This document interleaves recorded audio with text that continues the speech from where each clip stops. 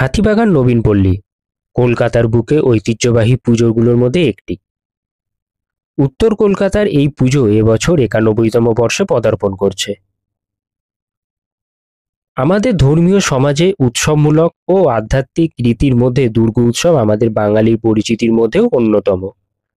মায়ের অকাল বোধনই আমাদের কাছে আনন্দের হৃদস্পন্দন, যা শুধু বাঙালি নয়, গোটা বঙ্গ জাতির কাছে আনন্দ উৎসবের প্রাণকেন্দ্র। গত বছর আবোল তাবোল পাড়ার কথা আপনাদের নিশ্চয়ই মনে আছে।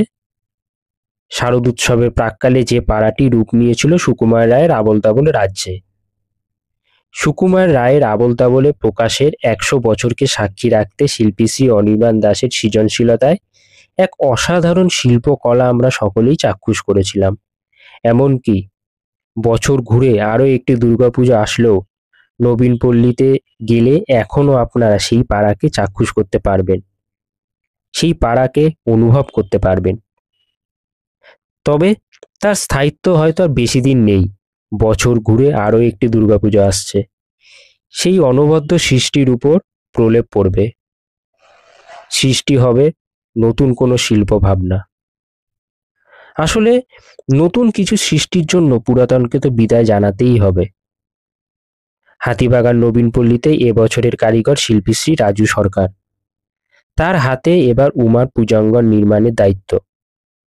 ৯১-এর আবাহনের আরও একটি ভালো কাজ, ভালো শৈল্পিকতা দেখার অপেক্ষায় আমরা সকলে।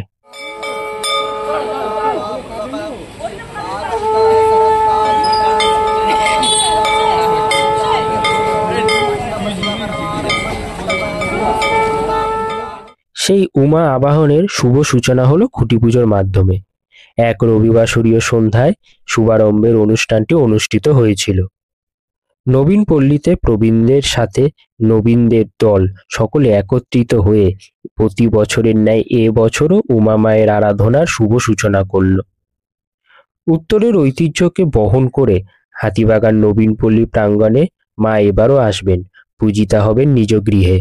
তাই কি থিম ভাবনা হচ্ছে তার জন্য তো অপেক্ষা করতেই হবে।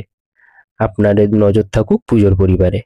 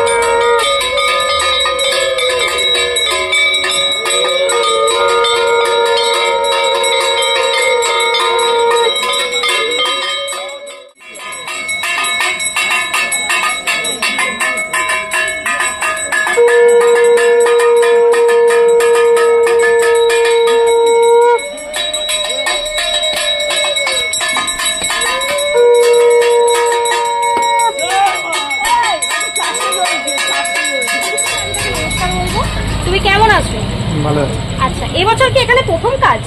হ্যাঁ, আমি এবছর আমি এইখানে এই অঞ্চলে নর্থ কলকাতার এই পার্টটাতে আমি প্রথম করছি, ফার্স্ট করছি। প্রথমেই জানতে চাইবো যে প্রথমে যে এই নর্থ কলকাতার সাথে যে মানে তোমার যে একটা অ্যাটাচমেন্ট, সেটা কেমন, ফিলিংসটা কেমন? আমি ১ বছর ধরে এখানে আসছি এবং নিয়মিত যাতায়াত করছি এবং আমাদের বিষয় নিয়ে মানে চুলচেরা আলোচনাও চলছে বিভিন্ন রকমভাবে। তো সেই জায়গা থেকে আমরা একটা ভালো একটা অভিজ্ঞতা তৈরি হচ্ছে এবং এই কলকাতার এই নর্থ কলকাতার জায়গাটাও আমার ঘোরা হচ্ছে, খুব সুন্দরভাবে দেখা হচ্ছে, নতুন করে দেখা হচ্ছে।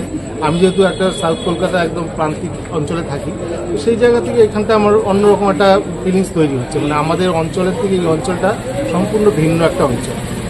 এইবারে আসবো পুজোর ব্যাপারে। এই যে হাতিবাগান নবীন পল্লী, অনেক স্বল্প একটা পরিসর, তুমি কিভাবে জায়গাটাকে ভাঙবে?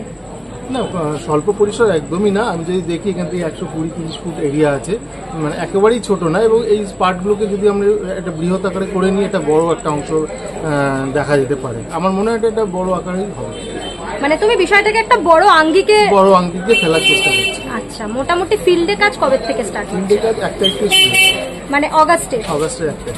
আচ্ছা, মোটামুটি এবার জানতে চাইবো যে তুমি কি ভাবছো? পুরো ভাবনা আমি জিজ্ঞেস করছি না, তুমি কি জাস্ট একটা নর্মাল ভাবনা? না, ভাবনা বলতে আমি চেষ্টা করব এই অঞ্চলকে কেন্দ্র করেই, মানে এই অঞ্চলের যাতে একটা ছোঁয়া থাকে, মানে যেটাকে সাইট স্পেসিফিক বলে, তো সেরকম একটা জায়গা থেকে আমি কাজটাকে ভেবেছি। দেখা যাক, ভবিষ্যতের মতো করেই হবে। আমার আশা করি এটা ভালো কাজই হবে, মানে ভালো একটা কাজই উপস্থাপনা করতে পারবে। বিগত বছরে এখানে মানুষের ঢল নেমেছিল, এই বছর মানুষের তরফ থেকে তুমি কি আশা করছো? মানুষের তরফ থেকে যেহেতু তারা এসেছে, একটা ভালো কিছু দেখেছে, তো সেই জায়গা থেকে আশা করব যে একটা ভালো কিছু হবে। এবং তারা যে দর্শকরা এসেছিলেন, তারা যে এই বছর, আমি আশা করব তারা এবছরও আসুক, একটা নতুন কিছু দেখে। আচ্ছা, মোটামুটি মণ্ডপ তুমি কবের মধ্যে রেডি করে দেবে ভাবছো? এটা পুজো যতক্ষণ না স্টার্ট হচ্ছে রেডি করার কোনো প্রশ্নই আসে না। যতক্ষণ না ওপেনিং হচ্ছে ততক্ষণ রেডি হবে, লাস্ট 10 মিনিট অবধিও কাজ হবে। আচ্ছা, এবারে জানতে চাইবো যে লাস্ট যারা দর্শনার্থী আসবে, তাদের উদ্দেশ্যে তুমি কি বার্তা দিতে চাইবে? বার্তা কিছুই না, তারা এসে দেখুক, তারা তাদের মতো করে রিড করুক ব্যাপারটাকে, এবং একটা নতুন কিছু একটা নিয়ে যাক, মানে একটা সংগ্রহ করে নিয়ে যাক যে আমরা কি পেয়েছি, মানে আমরা এই কাজটা থেকে কি পেলাম, কি দেখলাম, সেরকম একটা কিছু। আমরা এইভাবে নতুন করে কিছু বলতে পারছি না এর মধ্যে, অবশ্যই একটা সময় পর নিশ্চয়ই সেটা অনেকটাই ছেড়ে দেবে। আচ্ছা, মোটামুটি থিমটা আমরা কবে নাগাদ জানতে পারবো? থিমটা মোটামুটি পুজোর 1 মাস আগে থেকেই অনেক, মানে আগস্টের লাস্টের দিকে মোটামুটি এখানে একটা ব্যবস্থা করা হয়েছে সেরকমই, যে একটা প্রমোশনাল কিছু একটা করা হবে, যাতে থিমটা নিয়ে আলোচনা করা হয়, এবং সেটা মানে সবাইকে ডেকেই করা হবে, তোমরাও সেখানে থাকবে। অনেক ধন্যবাদ দাদা, তোমাকে পুজোর জন্য অনেক আগাম শুভেচ্ছা, আবার পুজোর সময় তো দেখা হবে। ধন্যবাদ। Thank you. শারদানন্দের সম্পূর্ণ ভিডিওটি কেমন লাগলো আমাদের কমেন্ট করে জানাতে পারেন। ভালো লাগলে একটি লাইক করে দেবেন। এই ধরনের উৎসবমূলক আরও ভিডিও পেতে আমাদের চ্যানেলটি সাবস্ক্রাইব করে রাখবেন। দেখা হবে পরের ভিডিওতে। সকলে ভালো থাকবেন। দুগ্গা দুগ্গা।